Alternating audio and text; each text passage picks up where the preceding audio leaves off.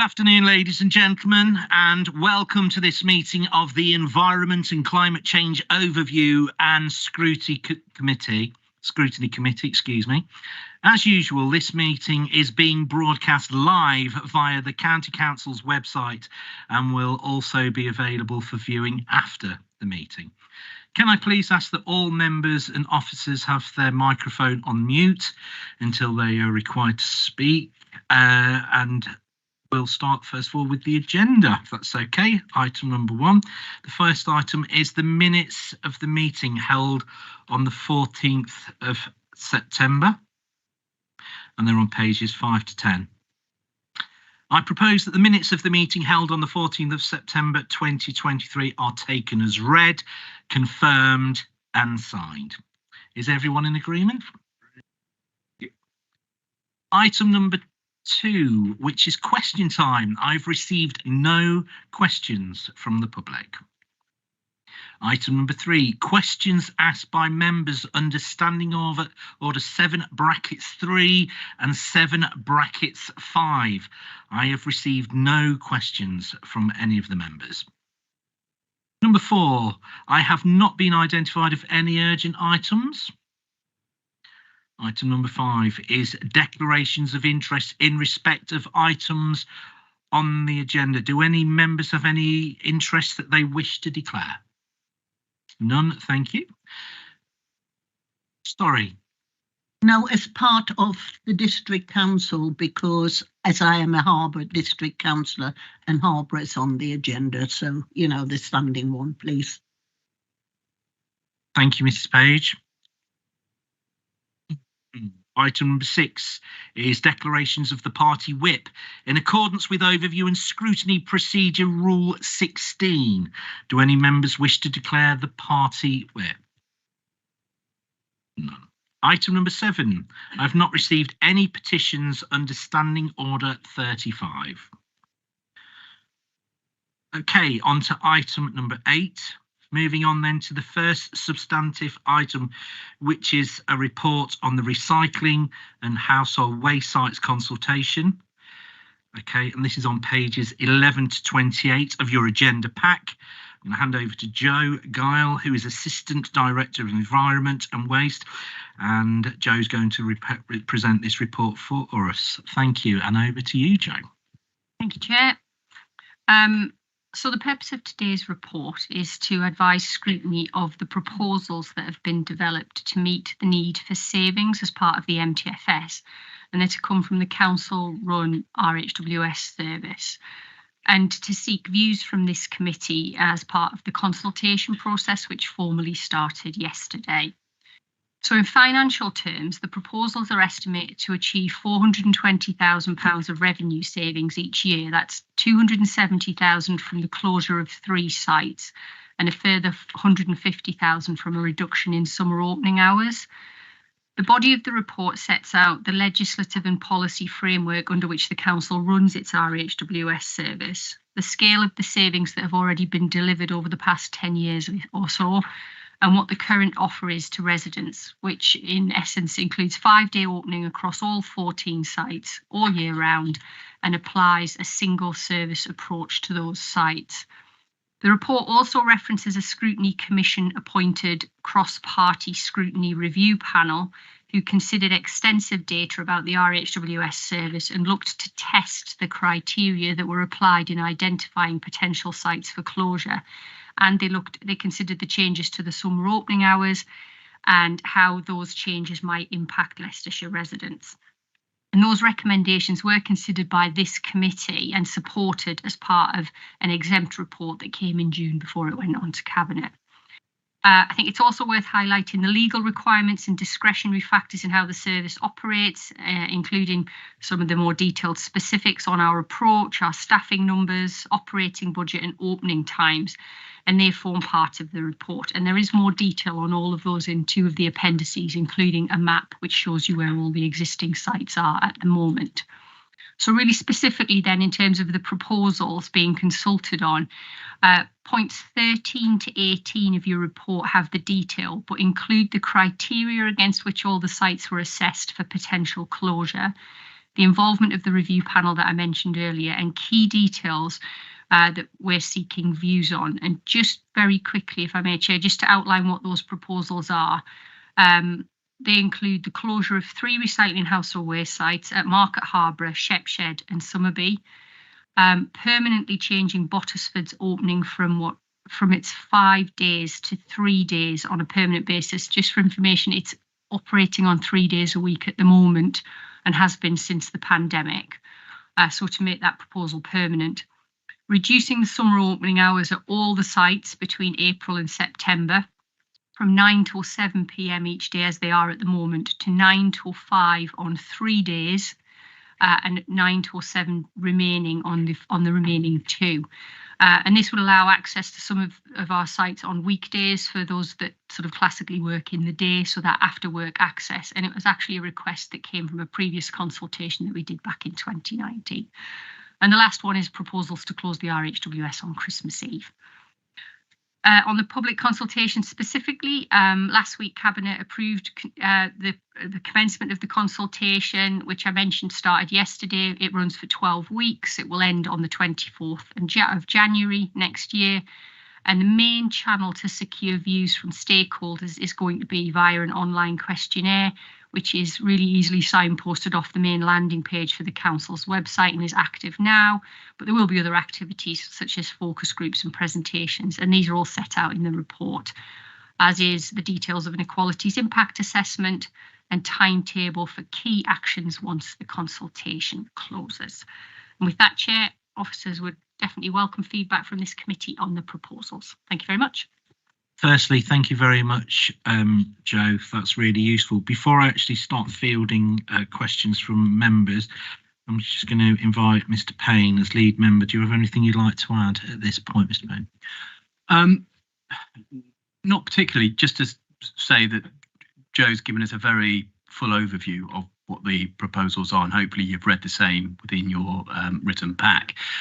We are bringing these proposals forward reluctantly. As you know, the council is in a challenging financial position, and every department, including the Environment and Green Agenda department and the waste function more generally, has been asked to find savings and put them forward to contribute to the medium-term financial strategy. Members will be well versed in how the department operates its waste function, and the brunt of the costs fall in the disposal side. So when it comes to seeking savings, it's the operations of the waste and recycling sites that really are available to try and extract further savings from. So, like I say, we've brought these proposals forward reluctantly. They are designed to save the council money, and particularly to support the huge financial pressures within adult social care and children and families departments, amongst others. And if you could encourage people to engage with the consultation in your divisions and constituencies, particularly those areas that are affected by the sites that have been earmarked for closure, we'd be extremely grateful.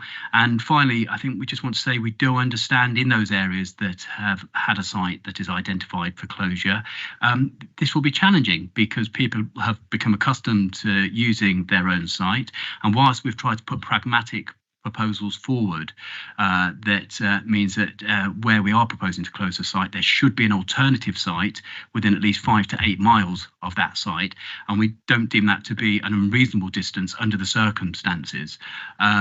We are minded that nonetheless these are significant disadvantageous changes to the populace that are particularly affected by these proposals. So we bring them forward reluctantly, but nevertheless, we do have to find savings and put them forward. And this is the department's offering in that respect. Thank you, Chairman.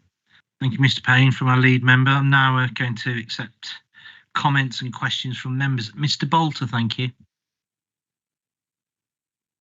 Thank you. I mentioned it last time it came through, but I'm concerned regarding the Market Harbour cum Kibworth site.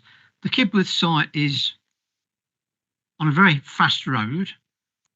I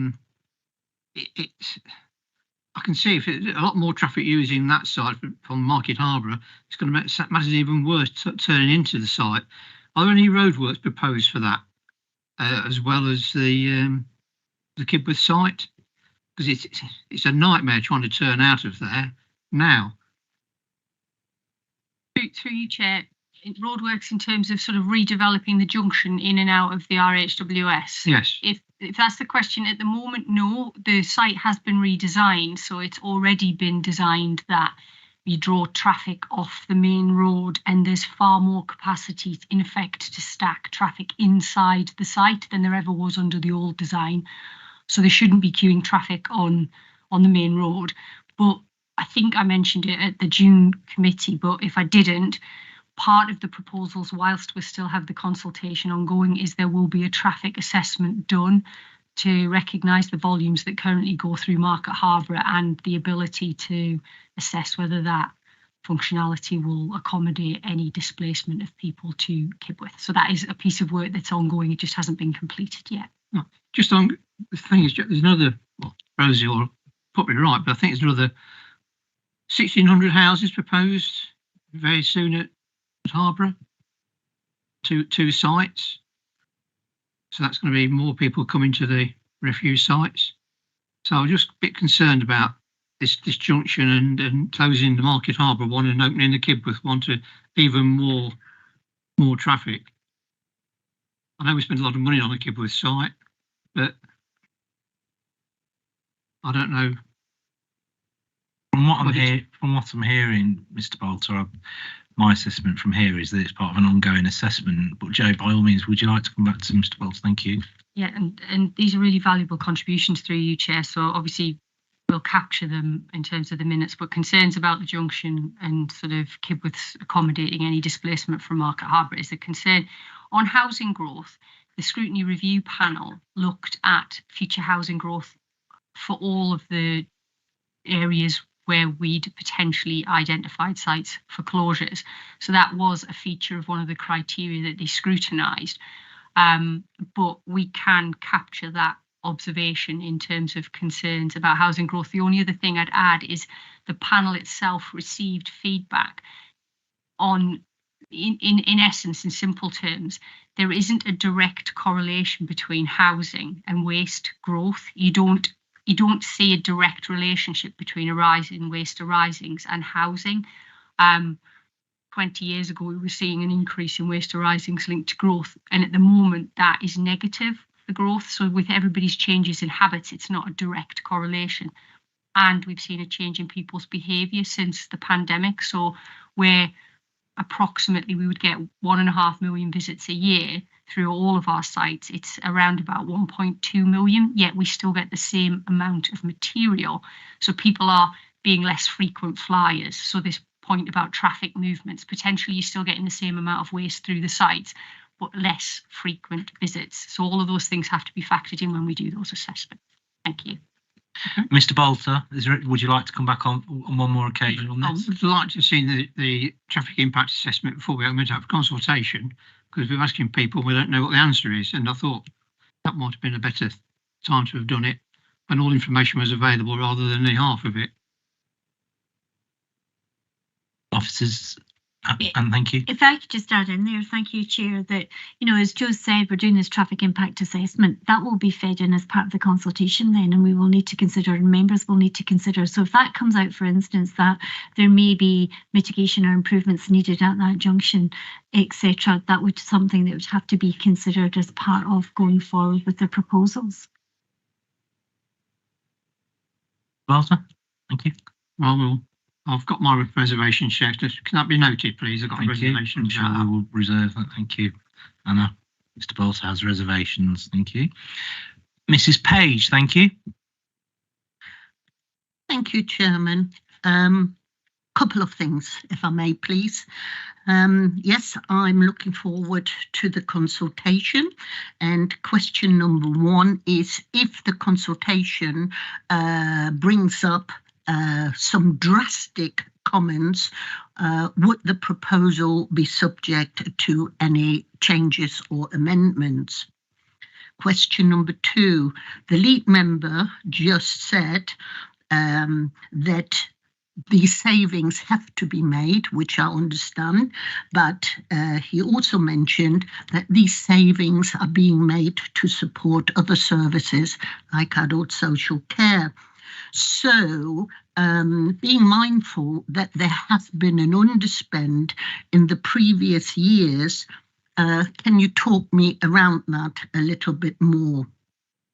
Have we also got operational increases in cost, etc., etc.? Then the page 17. Can we just address one question at a time, Okay, Mrs. Page? Is that okay? address those Otherwise, two it will first. become a little bit Address those two first, and then I've got one more. Officers, if you'd like to take a moment to compose if you need one. So succinctly, Mrs. Page, your question was? To repeat, the consultation, if the consultation is completed and it springs up some drastical public response, would the proposals be changed, or could they be changed, or will they be changed?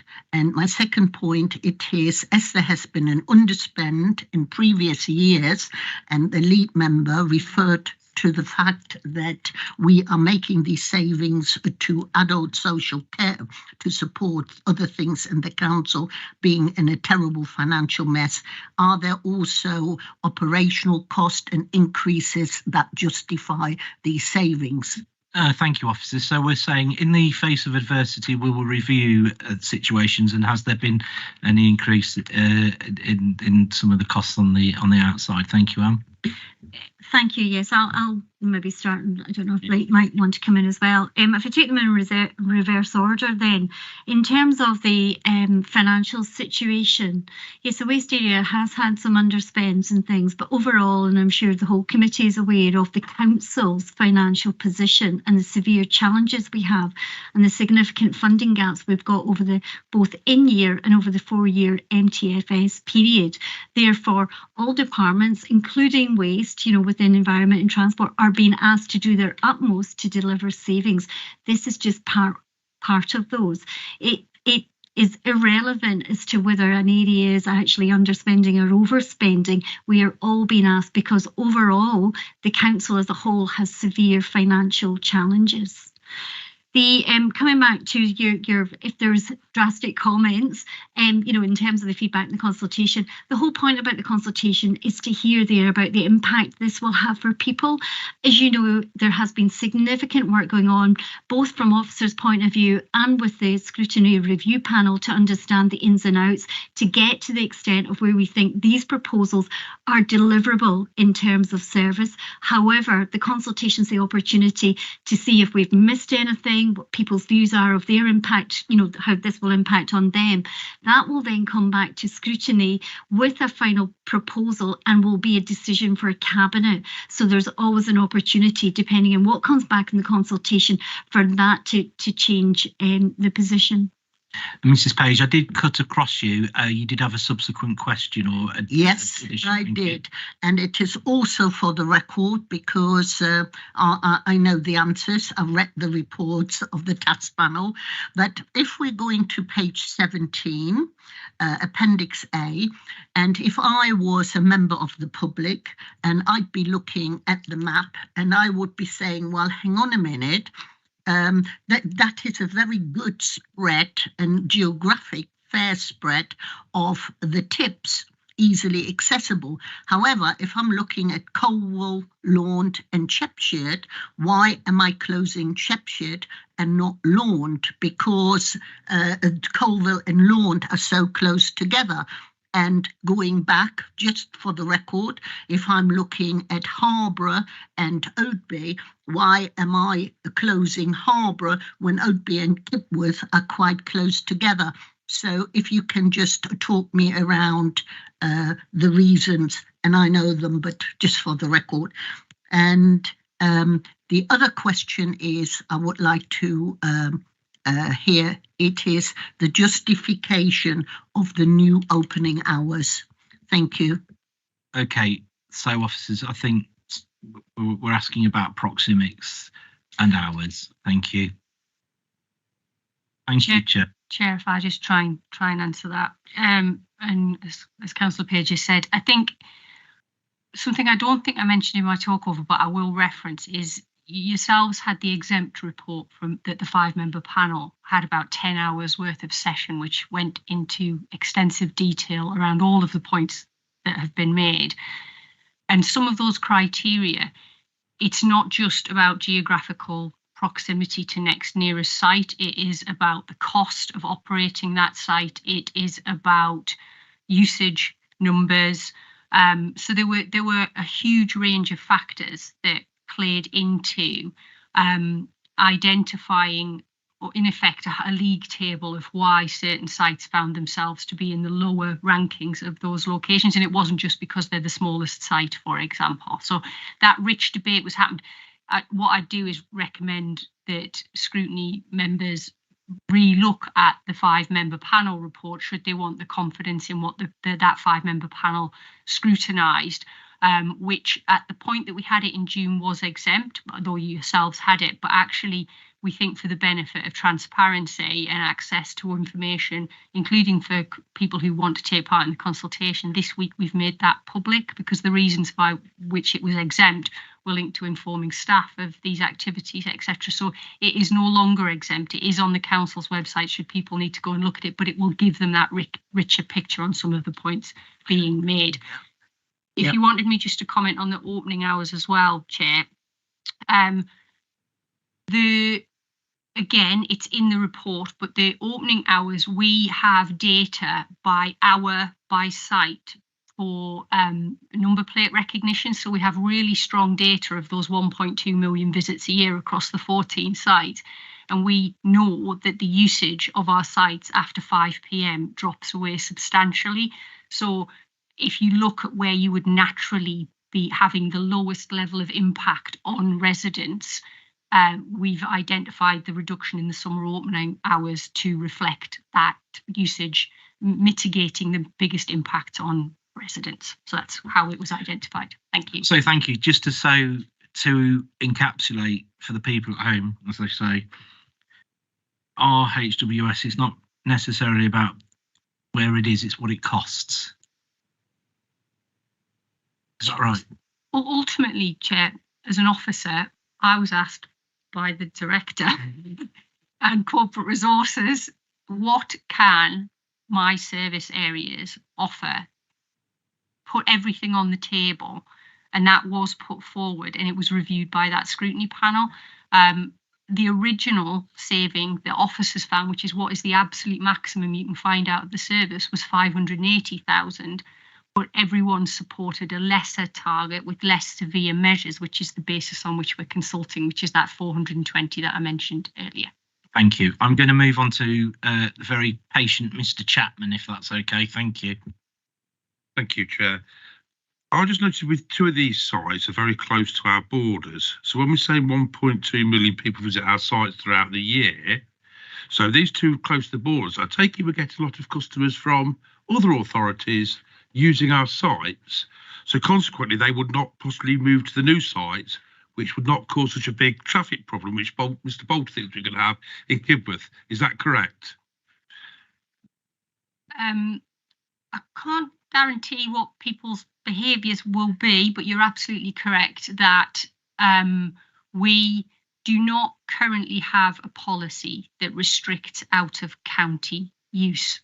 But the review panel did consider that, and we as officers have looked at it over a period of the last 20 years. It's been considered as a potential option. There are different parts in the region that take different views. There are some areas in the region that do restrict access to their locations on the basis of residents proving their sort of their residential status in that proximity. All I would add into this is, again, it was considered by the panel, and this sort of uniqueness of Leicestershire and the donut effect that it wraps around the city. We have data with our colleagues with the city that there are as many visitors from the county that use city sites that are open 7 days a week, where ours are open 5, as we have city residents that use county sites because it's on their route to work, etc. So if I just give the city and the county as an example, but it applies exactly the same at the fringes of the county boundaries, you see cross-boundary usage. But if we were to limit it as were they, we felt there was a negligible difference in terms of what benefits you get in terms of restricting usage. I think, Joe, I think we've had this discussion in relation to Bottisford, which actually sits on an NG Nottingham postcode, about how do we restrict, limit or monitor the amount of Grantham traffic that goes into that, which is essentially Lincolnshire. And I think it's quite, didn't we decide it's quite difficult to police stopping people from, because Grantham is right next to Bottisford, and yet Bottisford, which is Lincolnshire, Bottisford is on an NG. How would we control, monitor where our waste materials coming from? I think you're reiterating the point. We have looked at it, and Grantham is just one example. Lincolnshire, Nottinghamshire, there are some in terms of Northamptonshire. There are a number of sites that sit across our boundaries and reciprocate in terms of that sort of, it tends to link as much to people's route, their commute, their sort of their daily activities in terms of how they would deem their local site. But the consultation questionnaire does allow for that. It allows for people to sort of self-identify, you know, if they're a Leicestershire County resident, if they're out of county but they use our facilities. So the purpose of the consultation is absolutely to capture all those thoughts. I'm anecdotally aware that the Summerby site is a very popular RHWS for residents of Oakham and Rutland, because of where it is. Mr. Chapman, were you happy with that? Yeah, okay, Mr. Harrison, thank you. Thank you, Mr. Chairman. First of all, I'd like to acknowledge the work of the committee that did the overview of this. I didn't sit on this particular one, but another one. And I certainly know the intensity of those investigations and discussions were very, very deep involved. I'd also like to acknowledge the work of the officers, because this is being difficult. This isn't easy, and it is a hard process. We thought it was hard with the councillors' point of view, but I'm pretty certain it was a lot harder for officers to take the views and make those considered opinions that literally affected colleagues. So, you know, I'm totally acknowledged that was not an easy thing to do. We can sit here and twiddle our thumbs and make wild comments, but that was a very difficult undertaking, both from members to acknowledge where they are, and then for the officers to come forward with their decisions on that and guidance. I'd also like to say that this is necessary. It's not something we're flippant about, because of the MTS. We can make savings in some areas, and some areas big spenders. It's the design of the services that we're involved with as a county council, and it's so easy to say, well, no, look, we're really good and we're really tight on budgets, we're fine, they're the overspenders, let them sort it out. But as an authority, we are not funded to the level that is really needed to be so. And so this is us diving deep into the organisation to try and see how we can do things and how we can improve things to help our function to maintain. So this isn't something we can sit back here today, but in front of us is a lot of serious, heavy work. And I just think it's nice to acknowledge both the councillors and in particular the officers who've undertaken this. This is really heavy, serious work. And whilst we might have views and opinions of how you could turn it this way, that way, ultimately, it is a very tough decision, and I acknowledge and support them and welcome this report, and we're grateful, thanks to everybody who's been involved in it. Thank you, Mr. Chairman. No, thank you. I'd agree, Mr. Harrison. I think it's a politically contentious, socially sensitive issue. It affects people quite directly. So, yes, thank you. I'd like to thank the officers. I don't think there was arguably any easy decision to be made there. Just before I go on to Mrs. Seaton, Mrs. Seaton, would you mind if I just have intervention from Mr. Payne? Thank you. Sorry, Chair, I'll save my remarks to the end of the particular report item. Thank you, Mr. Payne. Mrs. Seaton, thank you. Thank you very much. Just as a response to what we spoke about earlier about in county and out of county, I live in Thurmaston, so it's a no-brainer where I go to recycle my waste, and I would hate to have to prove my postcode when I went, because I'd have to lie then, wouldn't I? And councillors don't do that ever. My question would be, it's very easy to close a door, but very hard to open it again. So what is happening to the land? Will that be within immediate effect, or will you just sort of mothball it for a while? Thank you. Great question. Thank you, Mrs. Seaton. Joe, thank you. Yeah, the short answer is we will mothball. So no decisions have been taken. The work hasn't even been done yet in terms of what will happen to any sites should they close if that decision is taken somewhere down the line. But we certainly acknowledge within the service that sites are very hard fought to acquire, to secure waste permits to operate them, etc. So but I also accept that all sites are not created equally. So being really specific, Somerby would have a very limited commercial value because of where it is down a farm track in a remote location, as opposed to arguably Market Harborough, which is an entirely different location. But that work has not been commenced. It would be on the basis that we would mothball the site, and then there would be decisions taken on whether they needed to be retained.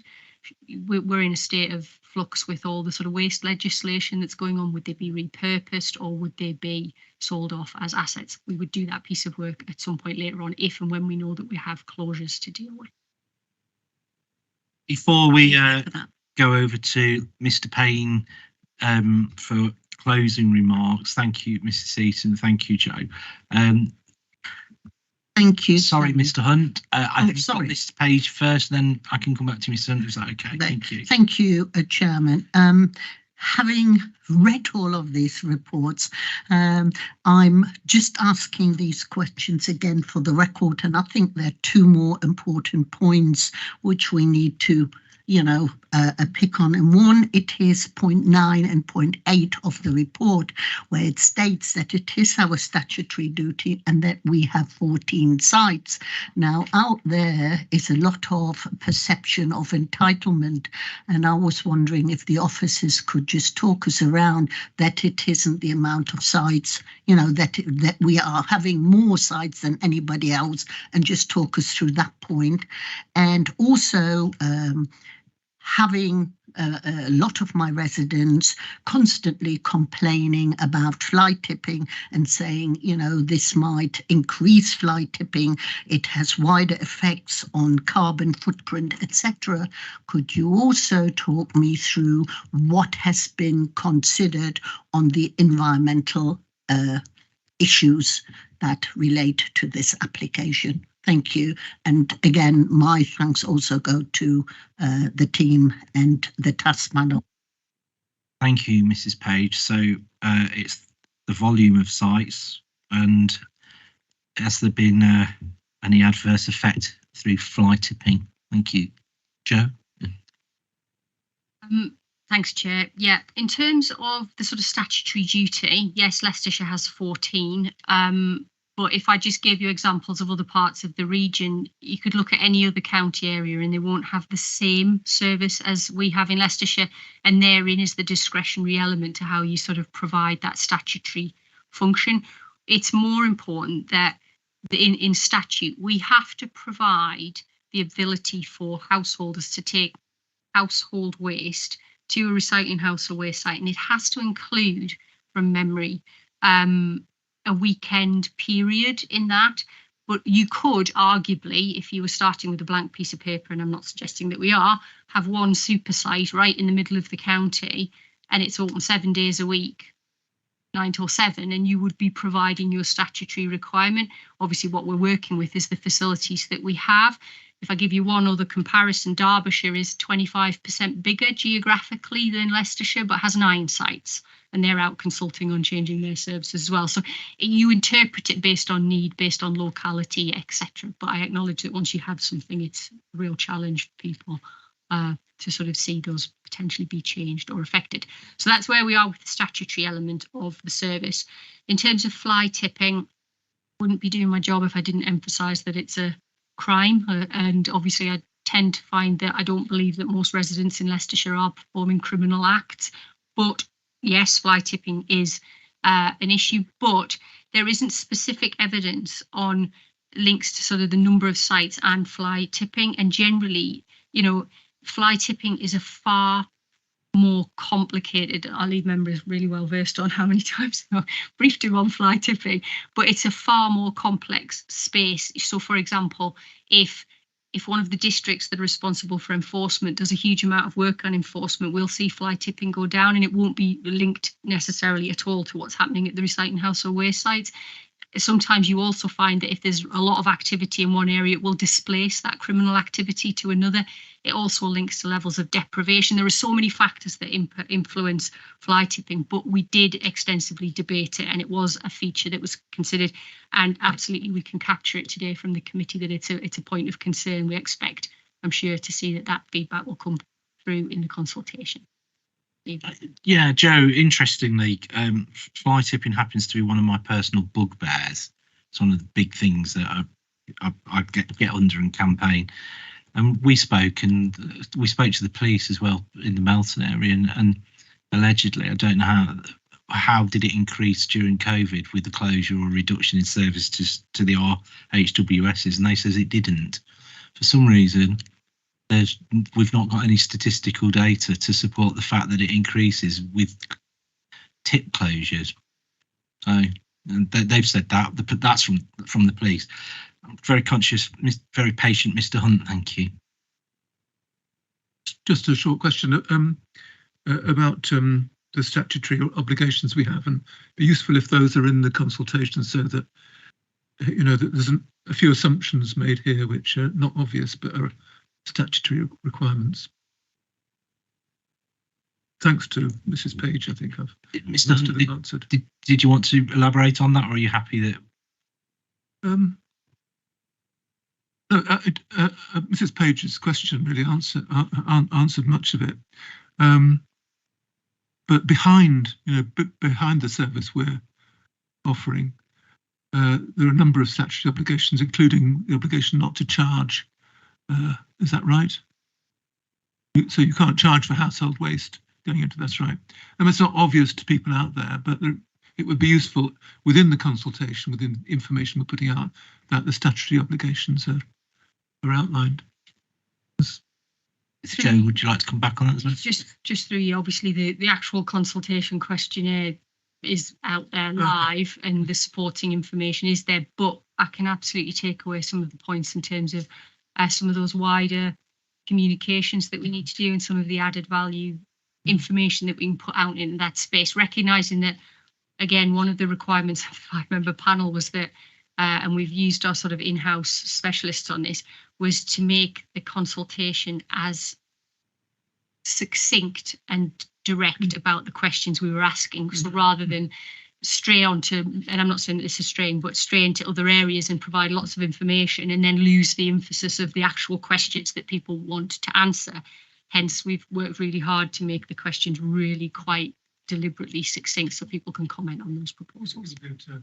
Yeah, I understand. I understand Mr. Hunt's point that it would perhaps be useful to have definition around what our statutory obligations are to support people in the decision-making process, or what it is they know. Unless members have got any more questions, I am going to go for closing remarks from Mr. Payne. Many thanks, Chair. And firstly, can I just thank the panel for a really great session on this particular item. Most of the questions that I've heard from the members here are reflective of what I'm receiving in my own inbox, and I think you've done a great job in highlighting those particular concerns. The second point I want to make is, and it was raised earlier, around the consultation and the meaningfulness of the consultation. And as lead member, if there is a showstopper, if there is a collection of points that have been made that we haven't registered, recorded or observed, or we've not thought about mitigating, if we were to bring proposals forward to accept the motion, absolutely they would be listened to, and I'll make sure that as lead member. Which leads me probably to the final point that I wish to make, and it was raised about the overall council budgets, and there was a response from the director how corporate resources ask each of the departments to come up with these savings. But the reality is that when it comes to the consultation, we will accept all the responses and record them, but what isn't particularly acceptable is we pay our taxes and therefore that justifies keeping the site open. I'm affected by, for instance, the Harbour site proposal personally, but we also have a duty as a council to balance our budgets, and when the corporate resource department come along to the departments and ask us to make savings, it's because there is a legal requirement for the authority to demonstrate a balanced budget each year. That legal requirement isn't necessarily upon Parliament, for instance, and Westminster, etc., but as local government, we do have a legal responsibility. And if we can't balance the budget during the year, we have to issue what's called a Section 114 notice, which is basically a declaration of insolvency. So it's incumbent on every department to contribute towards those savings, even if they have made an internal, if you like, underspend in any previous year, because unfortunately the laws around the finances of the authority don't differentiate between individual departments. They just see it as a council budget. So we have a responsibility to contribute towards this, big financial challenge that the authority faces.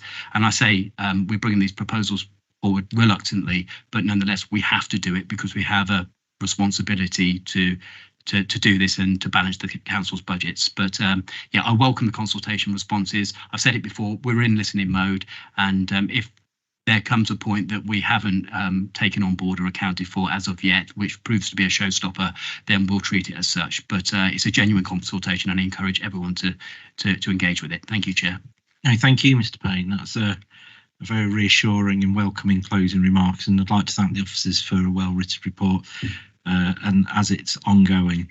So with your courteous endorsement, colleagues, I'd like to move on to item number 9 on the report, which is tree management, the strategy and annual update, and it can be found in your packs on pages 29 to 36. I'd like to welcome to this committee Mr. Gordon McFarlane, Assistant Director, Corporate Services, will introduce the report, and he's joined by Adam Goodall, Principal Tree and Woodland Manager. So over to you, Lee Gordon. Thank you. Welcome. Thank you, Chair. I'll just do a really brief introduction. So you've got before you an annual report centred around the framework of the tree management strategy. And the report's got a number of sections in it. So it details some of the operational responsibilities, the pressures, the priorities, an update on the tree planting work stream against a target of planting 700,000 trees. There's something on partnership working, and then last but not least, a section on where we are with ash dieback and how we're approaching that, and what the implications of that are. So really simple introduction from me. As you can tell from Adam's title, I'm going to pass over to him to run through the report. Thank you, Gordon. Did I mispronounce your name? Is it McFarlane or McFarlane? It's McFarlane, but I've probably had worse. I apologise, Gordon. Sorry about that. Adam. Thank you. Right, yeah, I'll run through the report for you. So a bit of background, obviously, as a county council, we're responsible for managing approximately 321,000 trees across our estate. That's comprising of individual specimen trees and groups. and obviously includes about 400 hectares of woodland on our land holding, so approximately 200 to 300 hectares on our country parks and 100 hectares across our farm estates. As the County Council, we have a statutory responsibility to ensure tree safety under the Occupiers Liability Act, the Health and Safety at Work Act, and of course as the Highways Authority under the Highways Act. And under that, we are responsible to carry out inspection programme undertaking works as appropriate to control the risk of injury to council staff, visitors, and obviously residents who use the highway and our own properties. Under that duty of the Highway Act, we estimate there are a population around 420,000 trees across our highway network that we monitor as part of our sort of ongoing business, along with the colleagues in the Highways Department. We're a busy section in terms of highway-related inquiries alone. We receive around 1,200 inquiries each year just around tree management. I think in August this year received over 180 inquiries in 1 month just around tree management on the highway network. And again, you know, it's important that as the County Council, we have a wider responsibility to provide leadership in tackling climate change and mitigate against social, economic, environmental problems, and how trees and our trees and woodlands can help to achieve a better picture towards that and alleviate some of the issues we have. So that leadership role is very important, and we try to influence behaviour of landowners, private individuals, schools and other colleagues in terms of good management of trees, enhancing our treescape and the biodiversity potential of those trees. So the tree management strategy provides a framework for that, for our own trees, but also it provides a framework for how others may wish to manage their own trees. And obviously there are numerous tree chains that we manage our tree stock accordingly with, you know, in terms of sustainability, in terms of enhancing the tree resource, but also in terms of our health and safety obligations. In terms of operational arrangements, obviously I sit within corporate resources. We manage, we sort of oversee the strategic management of trees across a range of council portfolios, so highways, across colleagues in strategic property, across farms, and also as part of our traded service, we operate a tree management package for schools, and we now operate that tree management package for a number of district councils and parish and town councils as well. And obviously we use specialist software to log our tree assets, and we can manage those in the long term. We can see past history, we can start planning forwards for tree replacements and looking at our overall stock and how that is performing in terms of its overall environmental benefits. So using a computer program called iTree, we can forecast in terms of its carbon benefits and its flood alleviation benefits. Within the highway, which is our sort of primary risk, which is where we concentrate studies, 2 of our inspectors on a constant programme of inspections. We have an annual target of 16,000 trees across the network to meet a 3-yearly cycle of inspections. And again, last year we exceeded that, bringing forward some inspections to try and smooth over our highway sort of inspection programme, so we have an equal amount each year on a 3-yearly cycle. And again, any works that are identified from that inspection process are packaged and put forward to operational highways to undertake according to the tree strategy, according to good management of our tree stock to enhance it and keep it in good health and safety, in good order, and based on the timescales of completion. I refer to our sort of tree planting pledge, but as it's been pointed out, that is also now an action within the Net Zero Action Plan. So again, it is a pledge. It was originally a pledge, which is now something which we are keen to deliver. There was a 10-year time frame originally placed on that, which is to plant a tree for every resident of Leicestershire, the equivalent of 700,000 trees. And again, the forestry team have led on that, in particular how we can work with partners to make that happen. We can't do it all on our own. We're aware of that. We need to draw people in. We need to enhance the county treescape and work with a range of partners and different organisations to make that happen. One of the key ways we wanted to be was transparent in where those trees were being planted. So a trees microsite has been created on the website, particularly around all issues around tree planting. And a key part of that is an interactive map where members of the public, organisations can log tree planting that they've undertaken, and then we have a treeometer, as we call it, the total number of trees we've planted. And to date, there are 248,000 trees logged, and again that is updated probably quarterly, just to reflect that actually it is a very seasonal activity, and so we're expecting that to increase dramatically again over the winter months. And again, that brings together all a raft of information on tree care, information on tree wardens, tree news, and more importantly, how to plant and maintain a tree through to establishment and hopefully for the next generation of sort of tree lovers, as we'll call them. Funding has been a key part of delivering that work. We've been really successful in attracting money, mainly from national government, so from the Forest Commission and from DEFRA. The Local Authority Treescape Fund is something that came out a few years ago, and we've been applying to that every year. That's not just on our own behalf, that's on behalf of other district councils, parish councils, town councils, to enable them to undertake tree planting as well. And to date, we've attracted over 355,000 over the next 5 years. An important part of that fund is it provides really good capital money for planting trees, but more importantly, costs of watering and maintenance over 3 years. So it's a really good fund. The Urban Tree Challenge Fund, similarly, that's targeted on sort of areas of deprivation near hospitals, near healthcare settings. So again, we have to be much more targeted in the trees that we plant as part of that fund, and we concentrate that around the northwest part of the council. And the Tree Production Capital Grant, which will help us with our work on the tree nursery. We've just been successful in securing funds from the Coronation Living Heritage Fund. That's purely for the creation of new orchards. So that'll be something we're rolling out to a number of people that have already expressed interest in, and that'll also be available next year. And finally, the Woodland Creation Accelerator Fund has provided us £150,000 over the next 2 years, and that's funding a specific woodland officer to go out and advise landowners, handhold them, encourage them into other planting schemes, or perhaps their own free tree schemes, but really to advise and make things happen on the ground. And an important part of that as well is within our own farm estate. So we're reviewing our own farms, looking at tenants, reviewing what tenants can do better, but also identifying areas of land for planting. So we've been very successful in attracting that funding and taking forward the tree planting work. And, you know, again, in terms of partnership, leading on to that was something called the Leicestershire Tree Charter, which we launched in 2021. That was in conjunction with the National Forest, and that calls for a collective vision across the county and how we can work together and drive forward tree planting. And again, that's something that we're starting to have talked to other local authorities about, how they can link in with that work, local developers, how they can link in with that, and perhaps use that as a showcase that they are undertaking good management practices, and then through that linking in with the Value of Trees project and using the toolkit there to ensure that we really are planting the best trees in the best place that'll have the most benefits for residents.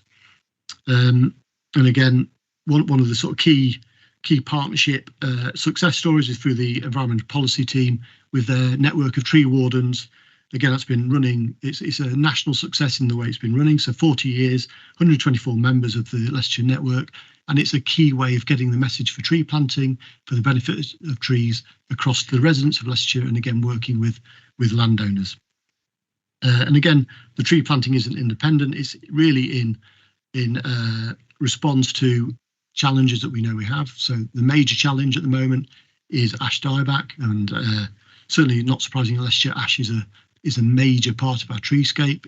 It's probably the third largest of our own tree stock, but also across certainly Melton and parts of Harborough, it is the primary tree within our hedgerows. So it's potentially, as we know, will be devastating, and we are monitoring the health and condition across our highway network as part of our ongoing summer surveys to identify where those ash trees are that are causing us concern, and we are contacting landowners and discussing with landowners issues around ash dieback. And again, part of our work is around recognising the significant status of ash as a native tree, its biodiversity value, and looking at ways to manage health and safety, the risks of health and safety, and manage risks to our own tree stock, our own biodiversity.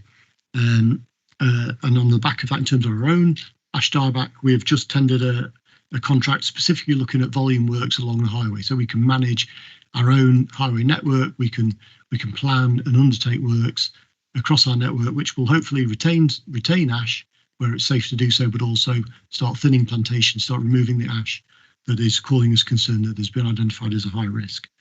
And really, that's the thrust of the report. But in conclusion, really, there are no, we fully recognise how trees make a valuable contribution to our environment.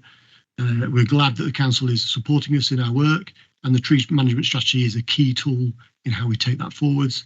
I'll be looking at a revision of the tree management strategy over the next year with a view to a relaunch and taking our tree strategy forward for the next 5 years from 2025. So I'm sure you'll be hearing from me again. Well, we certainly hope so. We also forgot to mention what fantastic allies they are in helping us with flood alleviation, because don't they suck up an awful lot of water? Absolutely, absolutely. In this current climate, Gordon, Adam, I think this is a really reassuringly positive report. It's really, really great to actually have so much good news, particularly in reference to paragraphs 22, 26 and 27 in the report, which are all, in my opinion, fabulously good news stories. It would appear that we are ahead of our 700,000 tree plants. We had a target of 10 years and it looks like we're going to be completing in 8 years. It's really positive, thank you. If we could increase, yeah. Yeah, 26, the funding has been brilliant. I think that's an amazing achievement. And 27, colleagues, if you can draw your attention to that, the amount of capital that your team has driven traffic-wise. So on behalf of us, I'd like to say thank you. I do have questions from the members before we'll go to Mr. Payne for a comment. So first of all, Mrs. Page, thank you. Thank you. Thank you, officers. Thank you, Chairman. Extremely comprehensive report and a very ambitious target. And I have got a couple of questions. First of all, it's my reservation, and I know that a lot of the trees which will be planted will be on private land, as you said so. But however, our financial restraints are going to get less and less. And, you know, I would very much like to know how we're going to make all of this financially sustainable. So if we are in the future looking at 700,000 trees, you know, how will they be managed, you know, within the probably shrinking resource envelope? Now, I have an awful lot of complaints in relation to overhanging signs on the highway, which doesn't get done, branches falling on top, houses going green, etc. Now, I'm not complaining because I work with a very, very nice man who probably got grey hair called Stuart and who explains it all very well. But we do have these ongoing problems. And I think what might help us as councillors, and maybe it is a bit of a flow chart, because, you know, which way it all comes together when you have a highways issue, or maybe, you know, also so a flow chart and also, you know, who to contact what, who is responsible for what. Also on page, well, whatever page it is, under tree maintenance operations, it states the priorities and how that is being addressed, category 1, category 2, but it doesn't give any details. For instance, category 1, matters of safety where it is imminent and significant danger to the public or property. But what does that mean?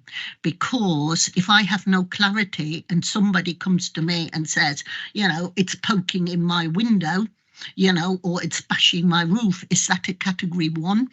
You know, so it's open to translation, and it would help to have a little bit more meat to the bones on that. Now, my next point. Can we? Yeah, hang on. Sorry, This is a Page, can we address? Yes, this some is a very otherwise, simple one. I don't know about colleagues. We're going to lose track of. No, I won't. I'm sure. Now, the the strategy, which is, we have the link, it is 20 to 25. It starts off still with Mr. Rhodes and Mr. Payne being deputy leader. And I was wondering whether we could maybe amend it also at the bottom of it, the contract addresses. It just needs a little bit of amending, and because it is a little bit confusing if anybody reads it. And that's it. Thank you. Thank you, Mrs. Page. Would anybody like to look at, I think there was 3 questions in there. I'll try and pick up those. Yep. So certainly in terms of dwindling budgets and budget constraints, the tree management strategy is there to guide the best practice, the best management of our trees. We fully recognise there have been some inappropriate plantings in the past, certainly in the 60s, inappropriate plantings of certain species which cause problems for neighbours, problems for highways, problems for ourselves in terms of management. And the Value of Trees toolkit that's been produced helps guide us in the future towards positive planting of trees that are known to really give us the benefits we need, but whilst minimising impacts on neighbours. But we do have a tree strategy there that recognises the importance of trees, and that there are issues around neighbours and neighbourly issues, but we do have a duty to ensure that our trees are maintained in safe condition, clearance for highway visibility, clearance for signage, clearance for vehicles is all part of that, and that's something that we do undertake as part of our inspections and make sure that a programme is put forward for that work. But that is nowhere set out. There are no timelines. And, you know, while I appreciate you saying that, but I nor the public have any guidance how long it takes to do it. So if it is recognised, you know, then does it take a year? Does it take 3 years until somebody comes back and looks at it? So if I identify, you know, it needs, what I'm saying is, it needs more simple guidance so we can work with that. Yeah, no, sorry, through you, Chair. Yes, we do, within our operational sort of links with highways, we do have timescales, and we do link that through, and I think that's fair enough that perhaps we could arrange some members training or a flow chart around that, and around the tree strategy, how we manage our trees, when we receive inquiries, how they dealt with and triaged. I have to say, Adam, that I have submitted petitions to you about issues, and you've been very, very clear about how long it'll take when you're doing it and what the conclusion will be. So perhaps my own experience and Mrs. Page's are different. I've always had quite good clarity, really. Perhaps. Chairman, through you, I've just started off that I work with a very good officer, and I'm working through to all my problems. So I have got no problems with the one-to-one clarity. But I do think when you have a policy, the policy should have a flow chart, it should give timelines, and it should give clarity. So then I can produce that document to the people who email me. And that is all I'm saying, because if the officer changes or whatever, there is no way, you know, I probably have that good working relationship and I can't defend it in public. And my next question was the financial sustainability, considering the increase of, you know, the pressures on your department. And is this in specific response to what Mrs. Page is asking or proposing here? Sorry, Chair. Yeah, previous question, and perhaps coming on to that one, if I can, I'll get a few points probably to add to what Adam's said. In terms of, and I'm talking specifically from the highways trees here rather than the whole LCC tree estate and some of the comments that you've raised there. In terms of things like vegetation and, you know, how quickly we get around to dealing with that, be it overhanging signs, etc., etc., there is a balance between, and it comes into a point that was made in the previous item as well. You know, we have got limited budgets, so we have to manage across the whole of the highway maintenance estate. Vegetation is just one aspect, as is potholes, as is bridges, as is a million other things, drainage, etc., etc. So that comes into the factor, we're constrained on that. In terms of the timelines, though, what we have is we have clear programs of inspections. Now that will be be in terms of everything. It will be in terms of the lining, the signing, the vegetation, and that is related to classification of road, volume of traffic. We've got a risk-based approach now that now takes on board other factors such as, is there a school nearby, you know, particular critical infrastructure. So we do have set inspection regimes which should pick up things like that. Equally, we're always getting in, and Adam's already mentioned in relation to things like trees in particular, the high volume of calls we get, people saying this is an issue. We then have to prioritise, because unfortunately we're in the day and age we just don't have the resources to go out and do everything right now. We have to prioritise, and obviously that comes from safety first. So it's quite hard to say to you there's a specific that everything will be dealt with within X time. It very much is prioritised on a safety basis, given that we have restricted budgets. And I think that maybe comes into more about your financial sustainability. We're in a very challenging position, all I'd say. Every aspect of highway maintenance requires more and more money. We're seeing more and more deterioration. We've got more challenges with things like flooding, even grass cutting this year. Look at the summer we've had there. Wet. We didn't get the dry bit where we stopped seeing, you know, a level of grass growth. Massive, you know, increase in complaints there, more requirement for more service, etc. We are challenged on every front. So in terms of financial sustainability, I would say we don't have it. If I might through you, Chairman, that makes it two separate issues, doesn't it, Anne? Because the tree planting on highways and the maintenance, as well as the 700 extra, but so you have two different aspects to the strategy. Thank you, Anne. Thank you, Chair. Just one more opportunity. One other thing there, you've just triggered me again, and I was going to say, and Adam again mentioned, the value of trees work we're doing. This was something that we did with ADEPT, the Association of Directors of Environment, Economy, Planning and Transport, and the Rhys Jeffries Fund, and we led on it for them. It's been really, really useful, and we are now beginning a trial, I think it's in the Hinckley area. And what that does is, it's not only just about the good things Adam said, the right species of tree, etc., but it's also about a mechanism whereby we get the funding in via developers, etc., to make sure we've got specific money there to maintain that. And I think it's something like a 60-year period we require that for. So we're beginning to build in resilience for new trees coming into the system, because we all know we want to see more trees and there's lots more happening there. But actually, in terms of highway trees, then we're actually making that a more sustainable system there, because we do have the finances to maintain that over a period of time. So you're right, there are different aspects to it. There's a challenge of what we've already got, and then there's how do we deal with new things, new trees coming in, new assets, tree assets. Thank you, Anne. I'm very aware there was additional points to what Mrs. Page was asking. There was like three questions. Gordon, is it in response to what Mrs. Page was asking? I think it relates to one of them. Yeah. Because Adam very bravely said that he would try a hat trick and respond to all three shots there. So thank you, Gordon. It just really to build on what Adam and Anne have said around the kind of risk-based approach.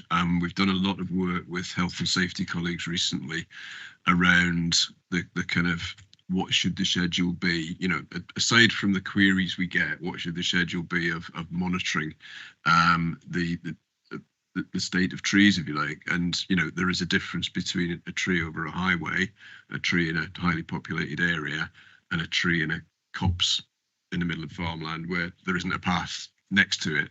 And so that risk-based approach helps us. I think sad fact is, you know, yes, 700,000 extra trees, but there will be an offsetting because we've got ash dieback. We're losing trees, you know, as Adam's described. So, and longer term strategic point around, you know, securing funding for a number of decades adds to that picture as well.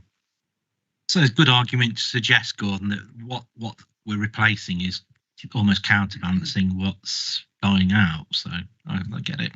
Mrs. Page, I want you to be happy with the responses you've had. I am very happy, except my point of amending the document which we have linked, which cannot be done because I really can't be waiting until 2025. And I actually, while I'm in the chair, and then I have to shut up, I'm sure other members, it is government was thinking of adding to planning permission a net biodiversity gain, and then it was dropped. However, they may reschedule it. So are you already working that into your strategies? So Then I'm done. So while we're saying Mrs. Page is very happy, she's not very happy. So would somebody like to respond? I want you to go away happy, Mrs. Page.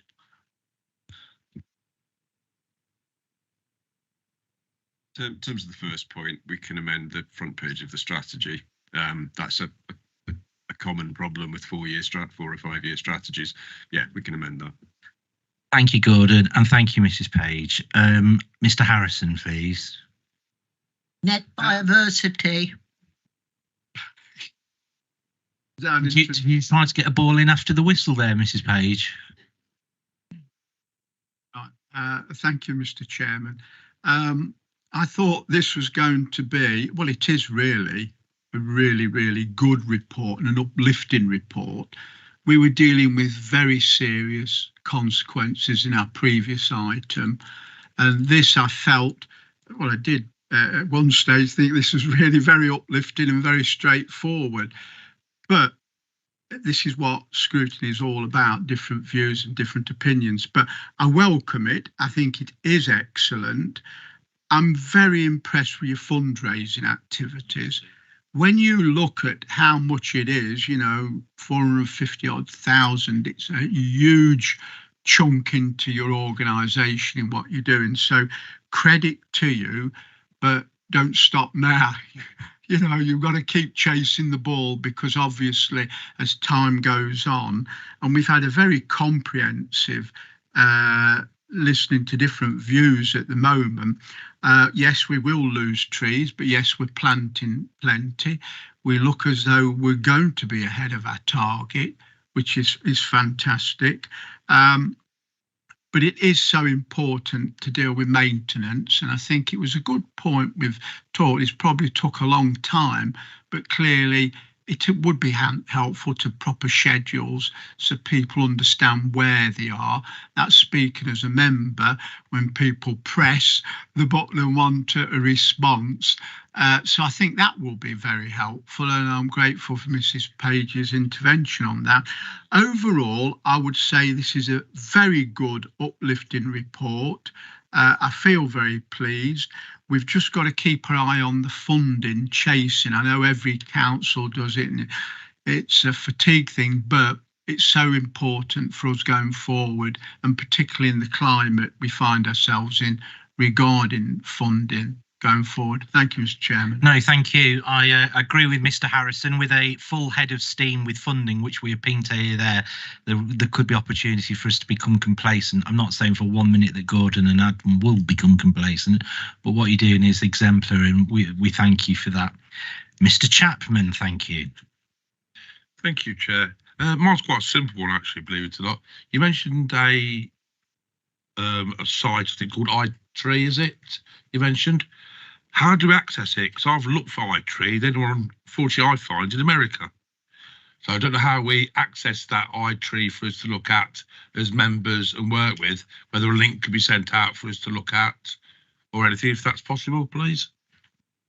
Yeah, it is an American design software, but it's now been brought over to the UK, and the Forest Commission have adapted it so it can be used in the UK with their own monetary values and based on our own values around sort of carbon footprint and around storm attenuation and various other factors. We undertook an iTree study of our own highway trees and other trees across the county council. So that was in the tree report. I think as part of the next phase of the tree strategy, we'd like to take that further and look at an overall iTree report for the county, look at canopy cover across the county, look at where our shortfalls are, and start looking at targeted tree planting based on canopy cover. So I can send that link around members. If you want to talk about it, we can talk about it.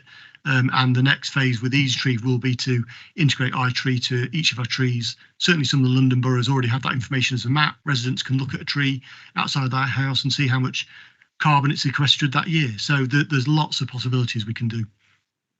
No, that's a very good little thing. Members, Mr. Chapman, do you want to come back again before Mr. Bolter? Yeah, sorry, just quickly. At the same time you send that link out, do you want to do the same link? I've asked this question 3-4 times and I keep getting shown how to do it. How to register trees, what are being planted in areas? Because I know parishes are planting a lot of trees, Yeah. and then we've got no idea how to register their trees. So if you could send a link for that. I've been shown a couple of times how to do it, and I keep forgetting because I'm not the best at IT, am I, Mr. Payne? Thank you. I like that, Mr. Chapman. I like a gentleman who can admit his own failings. Mr. Bolter. Thank you. Yes. Regarding the item 27, for Deaf Recognition Living Heritage Fund for Orchard Project. If we get the money, where are we going to plant the orchard or orchards? Will there be public accessibility to the orchards?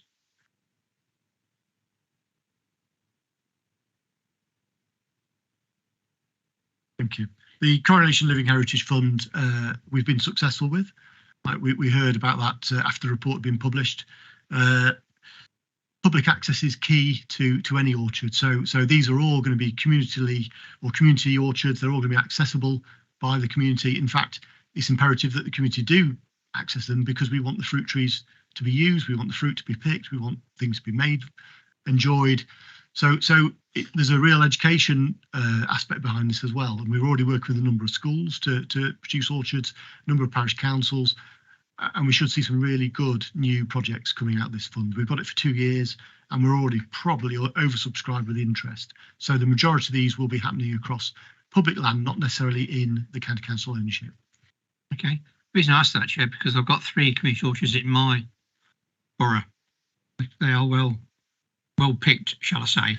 Yeah, we like that. Yeah. And the other one is, we're talking about ash dieback. I'm also concerned about chestnuts and oak as well. So can we have a report sometime on that and how we're going forward with that? Yes. Again, I think it's imperative that the next tree strategy recognises the risk that we're seeing from Europe, some of the other tree pests and diseases that are coming our way. So one is called emerald ash borer. So if ash dieback doesn't finish off our ash trees, this one is something of real concern. It's causing a lot of issues in places like North America.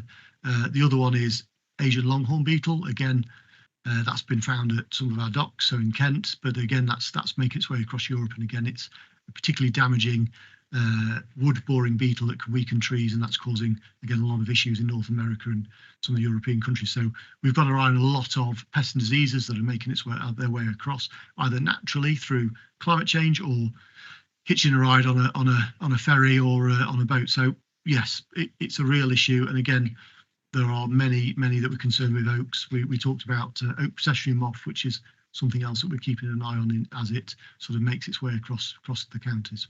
Okay, thank you, Chair. Sounds like we've got all kinds of invaders coming in over here. Just may I pick up on a couple of points from Mr. Bolter about that? Am I right, Adam? And have we historically tried the community orchard projects across Leicestershire before, or is this the first time we're doing this? I think it's a great idea, and I think there's multiple values to it. We trialled it last year. So one of my colleagues undertook a trial. We handpicked some sort of known sites where people were interested, and we launched it this year earlier on for small scale schemes. What the Coronation Living Heritage Fund will enable us to do is do that on a much larger scale. And don't these contribute to sort of feeding homeless or contribute to fruit? For basically, it's a free of charge available fruit, isn't it? Is that right? Absolutely. And we can pull it in with fruit tree trails, link it in with bees, all of that. It sounds fantastic. Just a question. You mentioned, that ash dieback is our 3rd biggest tree stock. I'm just interested what the other 2 might be. What the first and second one is, effectively. Effectively, it's oak and sycamore. And oak's under threat, did you say as well? from a range of, I mean, the oak possession moth doesn't necessarily cause an issue for oak health. It will defoliate them, but if they're healthy, they will recover. It's more a potential human health risk in terms of itchy rashes caused by the small caterpillars and the micro hairs. Crikey, it really has gone Halloween, hasn't it? Unless members have got any other questions, I'm just kind of sort of priming Mr. Payne here. I'm going to ask Mr. Payne, who is, sorry, anyone? No. Hello, Mrs. Page, sorry. Thank you. I still would like a question on my net biodiversity, and whilst I mentioned the foreword on the tree management strategy, I mean, that is easily remedied if you just put dates underneath it. However, I've noticed there are bits missing. Hang on. For instance, we're talking about community orchard and trees on private land and whatever. And I think it might be quite important to update that rather than wait till 25. I don't know what your thoughts are. And the Ashback Action Plan also is 2018. So when will that be updated? And with that, I'm done. Thank you. Thank you, Mrs. Page. That's given Mr. Payne plenty of time to prepare his closing speech, which I'm sure will be erudite and exciting. So does anybody want to pose no, please? Thank you. I just want to finish on a positive note that Thurmaston have put forward for the community orchard. Brilliant. And that is to coincide with, they've got kitchens there, primary schools around, and the idea is to encourage the children to come and cook in those kitchens and make and use the stuff from fruit. Yeah. Yeah, the whole kind of from it's the whole to kit plate. and It's brilliant. Yeah, it's a great spade to plate, as they call it. It's a great. And I did go on a course as well that was held at Bow Manor about the community orchards, and that was quite well intended and put on by the county council. Oh, looking forward to some of your apple pie, Mrs. Seaton. Thank you. Oh, pastry. Mrs. Page, thank you. Thank you. Can I, through you, Chairman, can I have my questions answered, please? Of course. Thank you, Mr. Payne. I'll try to answer the question about biodiversity net gain, because my understanding is that the legislation was going to be put down in November and then it was going to come into effect in January 2024. And for those of you, I know we've discussed it before, but biodiversity net gain is all about when a planning permission is permitted, that the application has to demonstrate that there's a 10% increase in biodiversity. To my knowledge, no one's briefed me to the contrary. So I'm surprised to hear that it's been dropped. My understanding, and I've just Googled the LGA position, it's intended to be put down in November and then come into effect in January 2024. So if someone wants to correct my understanding of that position, please do so. But that's what I. So through you again, Chairman, then how are we working this into our management plans? How are we working with districts to ensure that we dovetail our agendas? I think that's quite important. Thank you, Mr. Page. Joanne? It's a big question. I suppose just from my spheres of influence, I mean, what I can say is colleagues in environment and transport and corporate resources are working with planning, who are working with district planning and the Planning Officers Forum on how all of that quite complex dovetailing takes place, but depending on the specifics of sort of any item that you would want to know about. If I give one example from my perspective, James O'Brien has reported to this committee about the local nature recovery strategy. He is very closely working in how we dovetail biodiversity net gain with local nature recovery strategies, because government policy integrates both of those elements, which by default would permeate out to what we're doing with our tree stock, our planning permissions, future provisions for any assets that we add to the network, etc. But those conversations are happening cross-departmentally from a county perspective. Yeah, I think what Mr. O'Brien presented last time seemed really dynamic and exciting. You know, I thought we were quite excited by that. Mr. Chapman, have I been rude and overlooked a comment that you want to make? Or I'm just coming back on that point. It is going ahead, and planning authorities already had briefings on how to implement this in the planning system. It's a planning authority thing, not a county council the biodiversity, and they've already been having the training on it now, ready for when it comes in. I'm aware of that. However, it still needs to dovetail into our tree strategy, trying to get extra funding, working with our colleagues, because we cannot work in silos. Thank you, Mrs. Page. I think there would be nobody around the tables that would dispute that. Colleagues, members, Mr. Hunt, Mr. Bolter, is there anything else you'd like to add? Okay. Mr. Payne, for your closing remarks on this item number 9. Thank you.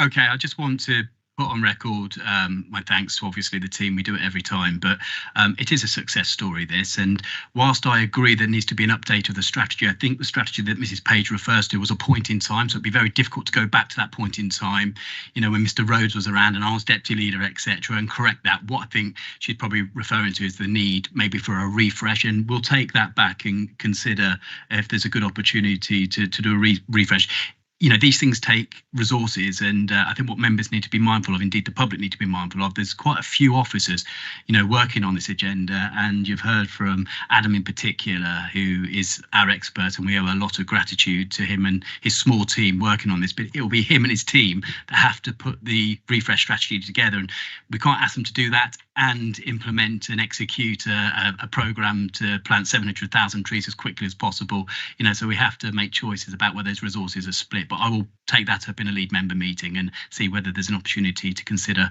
a refresh of that strategy. Moreover, I just want to put on record that the 700,000 target was born out of one for every citizen of Leicestershire. That's great. But in reality, I think the debate we've had here today shows that there's areas we can, you know, greatly improve on, frankly.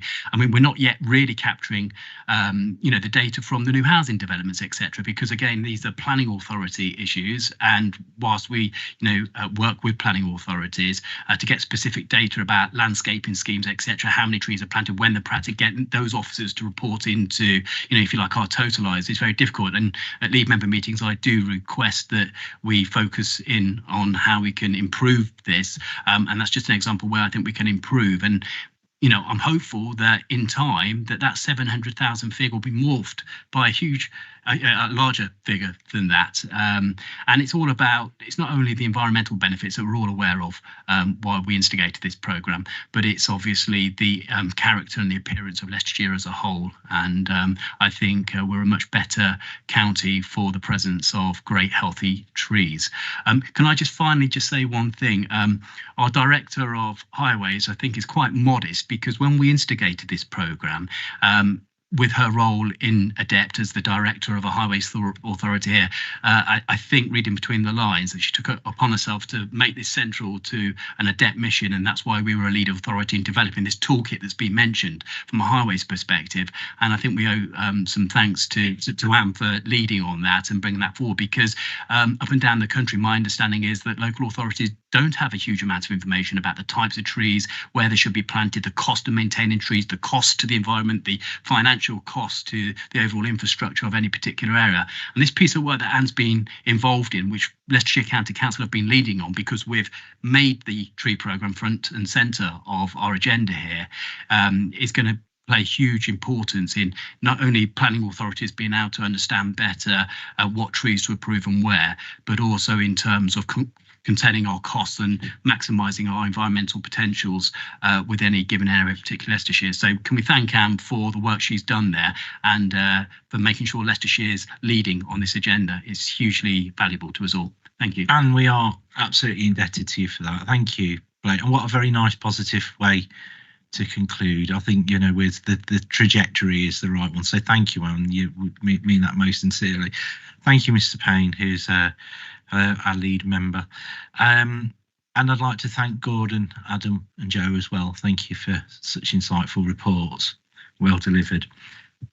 And on that note, folks, it takes me to, unless there's anything else anybody would like to add, item number 10, which is the next meeting of this committee, and it's scheduled to take place on Wednesday, the 24th of January at 2 o'clock. Any other items which the chairman has decided to take as urgent is no. As I stated earlier, there's no urgent items, apart from wanting to thank you for attending today's meetings. I declare this meeting closed and have a safe journey home through Storm Kieran.